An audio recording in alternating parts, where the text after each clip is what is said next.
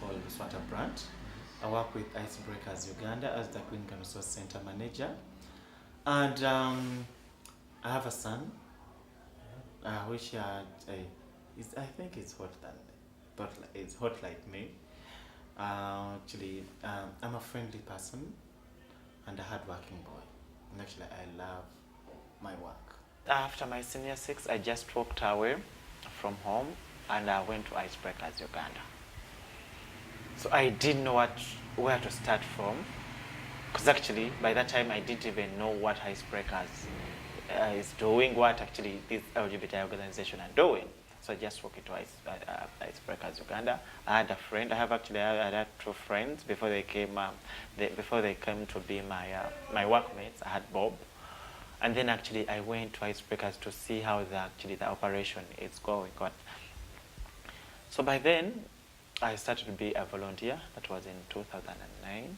That would be a volunteer at Icebreakers Uganda. And then start catching up, learning processes, see how they do their work. That's when I became now a young person fighting for LGBTI community. Actually, me breaking into an LGBTI community, it was a learning process because I didn't know what to do. And actually, I didn't know how to reach people, but I really had this passion and actually dedication to serve my community, the LGBTI community. Because actually, here we face stigma, discrimination, and actually it's actually double stigma.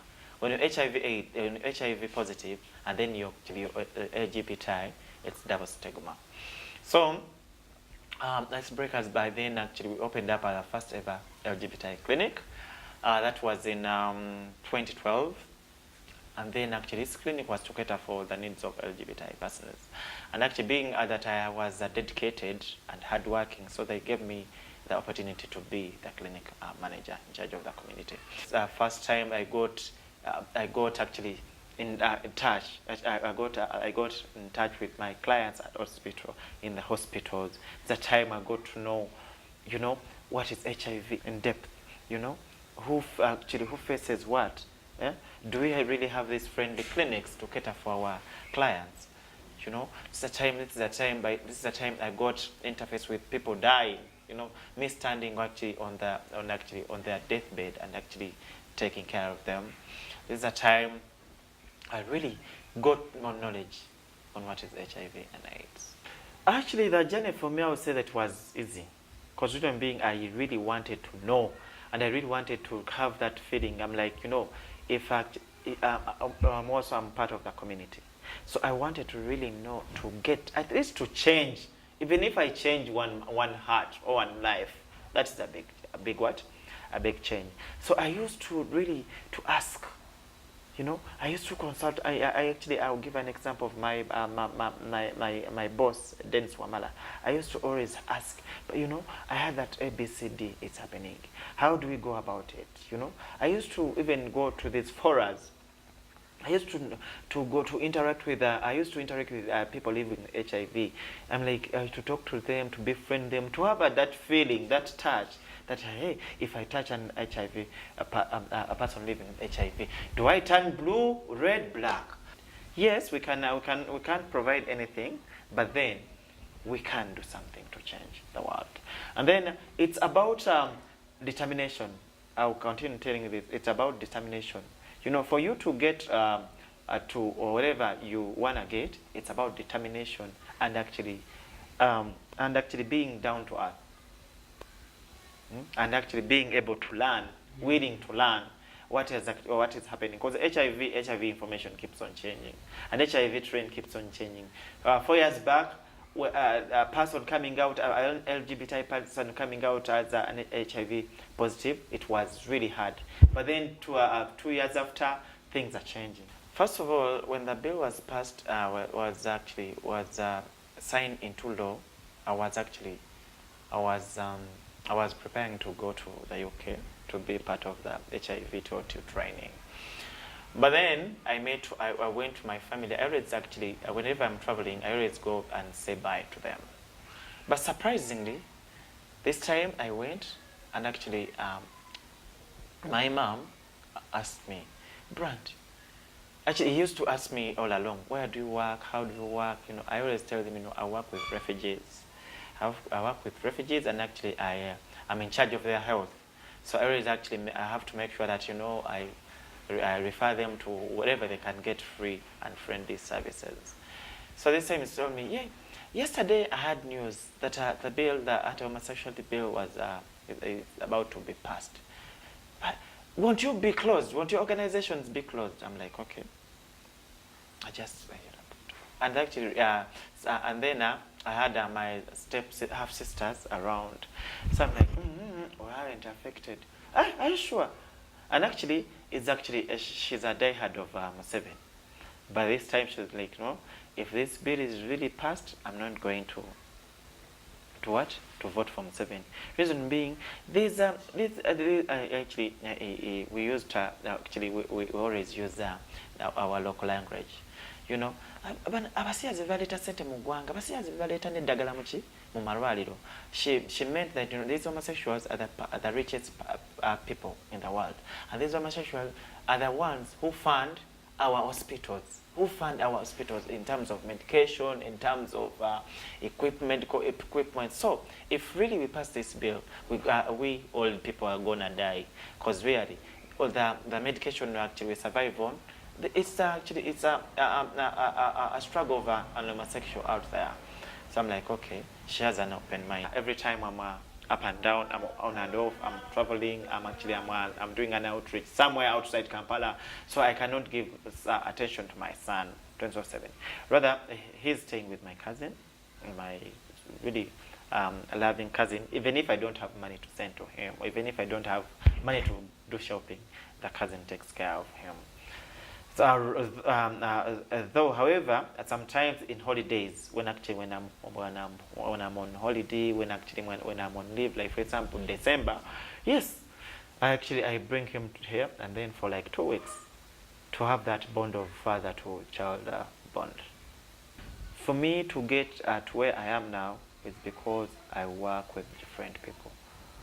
I don't discriminate. For me, there's nothing about us without us. No. For me, actually, I go an extra mile to see if I'm to work with the National Referral Hospital, if I'm to work with a Christian based officer, if I'm to work with a reverend in church, you find me in church. Actually, I'm a good Christian. I want to get the different views, you know, from different people. I always actually bring about topics about, you know, the key populations. Actually, I don't open up like the gay people, but then I determine that how do you think about key populations? And I remember having a chat with Mavuno Pastor about LGBT persons, and actually he's the only open, the first only open man who gave a positive response or reaction to LGBT. He was like, no, for me, I don't discriminate. If a person is coming to seek God, then why do I hate him? For me, I want to differ with most of my LGBT persons. I hear when you go to church, they preach about hate. Why do you focus on the hate bit of it? You'll get stressed and you'll never go back to church. For me, I'm like, you know what? Today, I'm going to church. I'm going to thank my God for the whole week. I'm going to ask him to give me protection in my work. And then I'm going to ask him to give protection to the loved ones, you know. And actually, so for me, I don't lean on the hate bit of it, because even if you, even our fathers or our mothers or our family members, they always preach hate about homosexuality. Do you hate them? You don't. So you don't. For me, in church, I'm going to talk to my God, not to my pastor, but to my God. There's a time I felt discrimination in church. Actually, when I was I was part of the choir, and then actually, you know, we have different accounts, Facebook accounts. You know, I have my family account, and then I have my work Facebook account. So these people, the choir members, my fellow choir members, went to actually go to know about my account, my work account. So I saw people started. We used to give testimonies in church.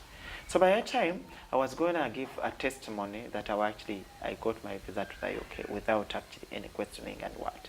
But then the pastor didn't give me reception. but out of time. Eh? So I kept on, the instincts. I'm like, but these people are changing on me. Why? So I started getting messages, you should change, we know you, even the pastor knows you, you have this account. But they even told me about my Facebook account. So they really started to whenever we're going to retreats, they don't invite me for those retreats. They to call me, where are you? Yeah? But why don't you change? Are you really into money? What? So they didn't even attack me directly at you gay, but then they used to ask me those questions. So what I did, I cut ways. I'm like, you know what? I think this is the time to quit this choir and this and church. So that's the time I left church, and that's the time I felt discriminated. But for me, it's speech. You cannot even intimidate him when you're preaching about faith, about homosexuality. No. For me, I'm talking to my God. I'm not talking to my pastor. I'm waiting for the day God will talk to me that homosexuality is bad. My life. Okay. My love life has been a learning process as well. I remember my first encounter with my partner. My partner was older than me, and I was still young, hot, confused, and didn't know about relationship issues. So by that time, actually, I learned that, you know what, by the time we broke up or we separated with him, I learned that. So, but my love life is not that stressful as well. Who are nurtured me in to become who I am. The first person is Tasha and Farouk, because they really did a very, very good job in my life. Activism. Remember, actually, I didn't know the difference between a volunteer and actually a staff member. Because actually they said no more words. Actually, first they gave us skills. They gave us actually leadership skills. Whereby, you know what, Brant? Yes, Brant, where are you? Tomorrow you are going to do such and such a thing, and you're spearheading. People are going in this say Western region. Taught me to work with different acronyms. For me, I didn't know how to work with lesbians, gay, bisexual, and transgender persons, and gave me a face of to understand, open my mind, to know it's a transgender woman who is a transgender man, and actually by that time we got to know many of our LGBTI community members. I think we should take it on. We should actually continue to have those kind of campaigns. Because actually, remember, we used to pin posters, say around Kampala capital city, and then yes, they used to pluck them out. But then by that time you pluck the card out, the information has been already passed. So I think we should actually have those kind of campaigns to educate people. They know what these people are here. So we have to work with people. Also, for us to be involved in that, we have to work hand in hand for us to get actually a cool environment. In 10 years, I'll be actually, as a person, I'm seeing myself actually being part of the big one-stop icebreakers hospital, whereby if any LGBTI person is in Uganda, we don't have to continue orienting health workers, rather to be with our own hospital, whereby everyone can come and access free and friendly all the spectrum of health needs, and then to also have a business. The Brant business, whereby I'm prominent, I'm known in HIV and as a businessman. The message I have for the Ministry of Health is one thing: to integrate us in their programming. Integrate us, work with us, you'll get whatever you want.